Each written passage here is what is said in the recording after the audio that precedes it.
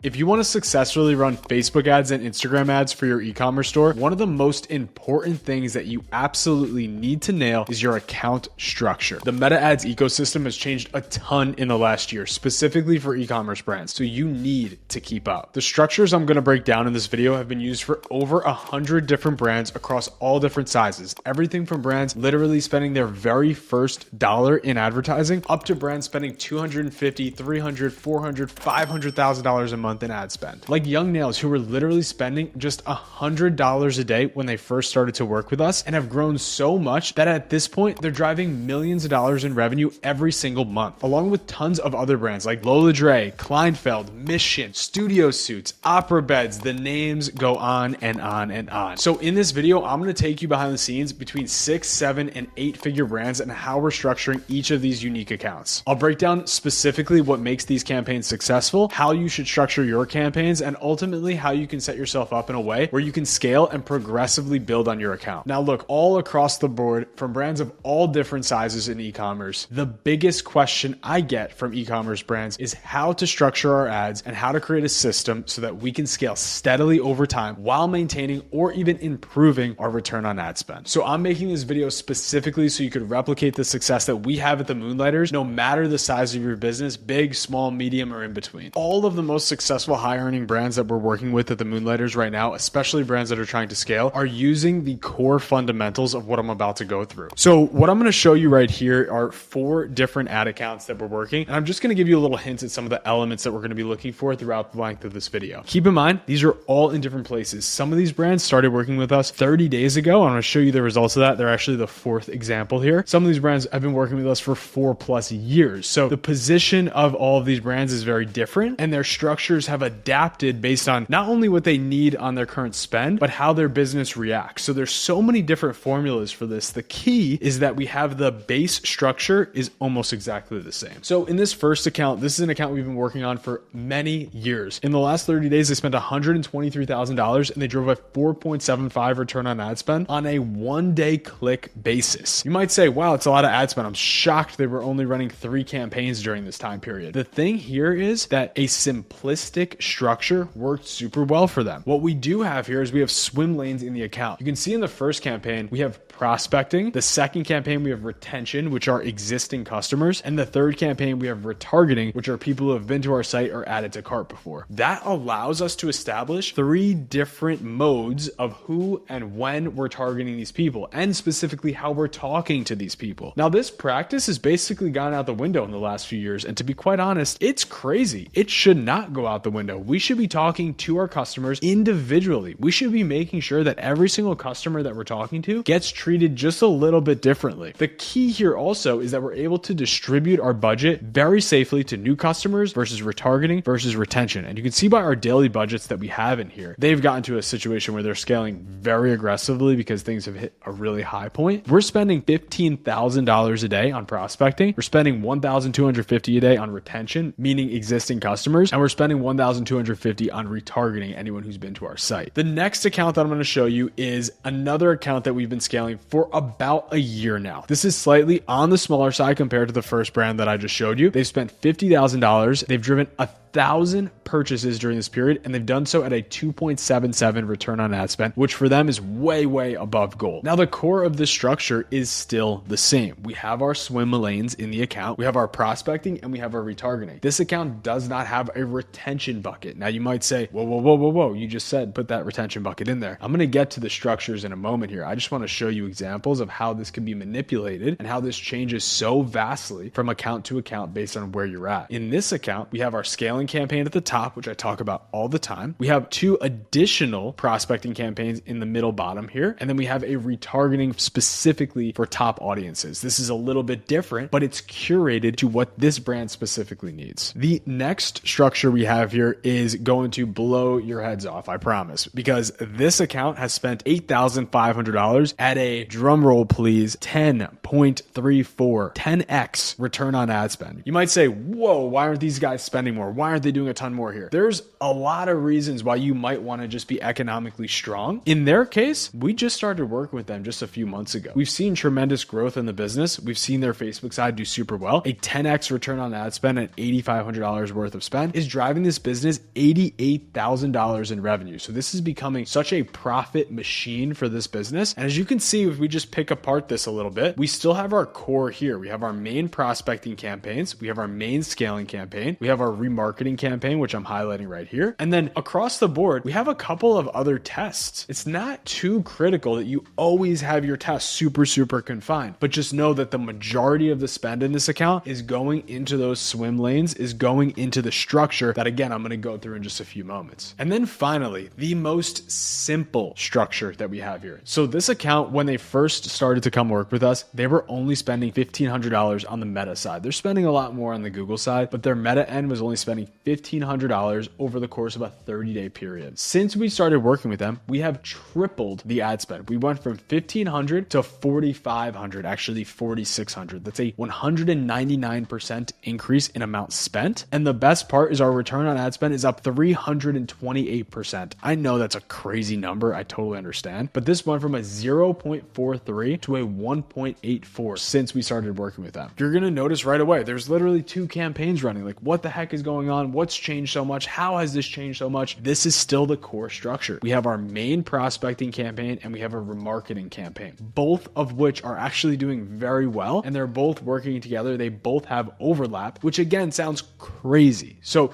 keep in mind, all of these nuances are brand to brand to brand, but they're also very similar. There's always going to be an extra campaign. There's always going to be a tweaked setting. That's what professional management does. But keep in mind here that we need to have the core be the same. So I'm going to show you what that core actually looks like. So the very first structure we're going to go with is this brand new account that started just 30 days ago. Now they're spending $4,500 in spend over the last 30 days, but keep in mind, we literally took this from $1,500 in spend to $4,500. That's only spending $150 per day. I understand still at $150 per day, that might be and might sound like a lot to you, but just keep in mind, this is the most simple structure that I would recommend. What you're going to notice is this structure basically has 2 components. It has a broad prospecting CBO campaign and it has a remarketing campaign. I'm going to break down what that looks like in my complex structure here based on how much you're spending. If you are under $3,000 in spend, and even if you're like $3,000 to $5,000 in spend, this is where I want you to start. You're going to start with a pure broad prospecting campaign. You're going to put all your creatives in that campaign. You're also going to set up an existing customer campaign, which is another word for remarketing, another word for retention, an existing customer campaign that is targeting all of your existing customers. Heads up, this is very important. There are a lot of sneaky settings in Meta. So when you're going to set up this existing customer campaign, what you need to be sure of is that when you're in your ad set settings, so when you're trying to actually define your ad set, you need to go down to your audience section, and in your custom audiences, I want you to specifically target anyone who's purchased from you. I can't show you these exact audiences, but take my word for it. It's anyone who's purchased from the pixel in the last 180 days, and it's anyone who's purchased according to Klaviyo's list over all time. That's just your email or CRM list imported into Facebook. The key here and what you need to be looking out for is not selecting this button right here, not selecting reach people beyond your custom audience when it's likely to improve performance. Do not select that. And in many cases, in new setups, in the new Advantage Plus experience, you're going to be prompted with something different. And I bet that the verbiage on this changes 20 times in the next 30 days. So be very careful. What you need to make sure is you're not clicking anything that is allowing Facebook to expand on your audience. You need to limit it in all cases because you want to very specifically only target these existing customers. In terms of budget, you should generally manage your existing customers very differently than your prospecting. Your prospecting, you generally want to keep with the majority of your budget so you can drive net new acquisition, and your existing customers are just a way to continue to remind existing customers that you're here, that you're with them, and in most cases are are only going to represent somewhere around 5 to 10% of your spend. Don't hold me to that number, but know that you should be managing your existing customers by looking at their frequency. And the way that you can do that is by adding a column into Facebook. Now I have it here. I usually keep it all the way to the right or somewhere in between. Now in this case, it's pretty high. It's 17 frequency over a 30-day period. That means the average person who is watching and seeing my ads sees these ads 17 times over a 30-day period, or better said, they see an ad every other day. That's not that bad when you say it like that, and in most cases, I'm completely fine with it. A general rule of thumb is never show your ad more than once per day when they're in the remarketing phase. When they've already purchased from you before, they've already proven that they're willing to buy from you, you generally don't need to remind them every single day that you're still around. If you're in the 3 to 10K range, just to give you the structure first, because things are getting a little bit more complex. First, you have your same prospecting campaign. You're still going 100% broad. So each of these packs are 100% broad. They are not targeting interest. They are not doing anything special. They are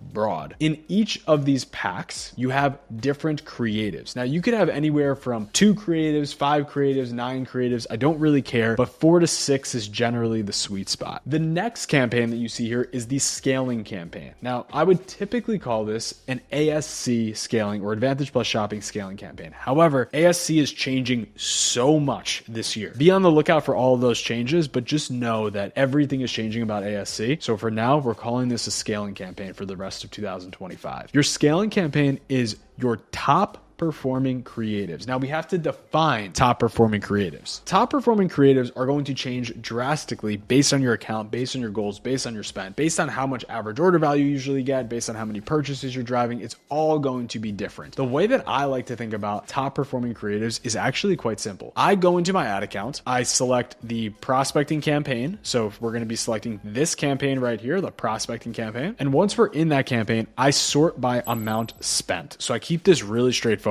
I just sort by straight up amount spent. And you can notice in this example here, in the last 30 days, this campaign spent $16,000. It drove 397 purchases. So we have a ton of inputs here, and it did so at a 3.22 return on ad spend. I do want to make sure I'm removing any sort of weird situations, like if there was a sale, if there was something of an anomaly. In this case, we don't really have those examples. What I'm doing is I'm looking for any ads that have driven the top % of spend and also delivered above my average return on ad spend or my average goal. So in this case, the account's goal is around a 3. The first ad right off the bat that clearly shines to me is this number 1 ad. It has spent the most in the entire campaign. $3,000 of $16,000 is quite a high portion, and it's done so at a 4.5 return on ad spend. This is a clear as day winner. Now, what I'm going to do is I'm going to take this ad and I'm going to click the hard duplicate button. This is an important trick that you need to know. You're clicking the hard duplicate button, you are clicking existing campaign, and you are going to change this here to your scaling campaign. The scaling campaign will have 1 single ad set in it, so there's no confusion on where exactly it needs to go. You're going to be moving the best performing creatives in the packs into the scaling campaign. To show you what this actually looks like in a little bit of a flow chart, this is our full-blown scaling mechanism. The scaling mechanism is basically that we have a broad pack and the top performing creatives get graduated into the broad scaling campaign, which we have here up top. That is the core of what's going on in the second stage here. The second stage here is the first time where we take the best performing creatives and we push them into the scaling mechanism. Super, super important. In this 3 to 10K range, there's no difference going on the existing customers. This is maintaining exactly as it was. Now, look, before I even go further, I want to let you know that this stage, this is where we as the Moonlighters really do come into play. This is where we shine. Businesses that are spending 20, 30, 40, 50 plus $1,000 in ad spend every single month. This is where we come in and we optimize. And on average for the brands that we work with, we drive an increase in return on ad spend and or profit by 41%. If you want a team of absolute dogs, true killers to come in here and help grow your business with you today, go to the moonlighters.com/apply. There's a link in the description. There's probably a link in the first comment so that you can go and work with us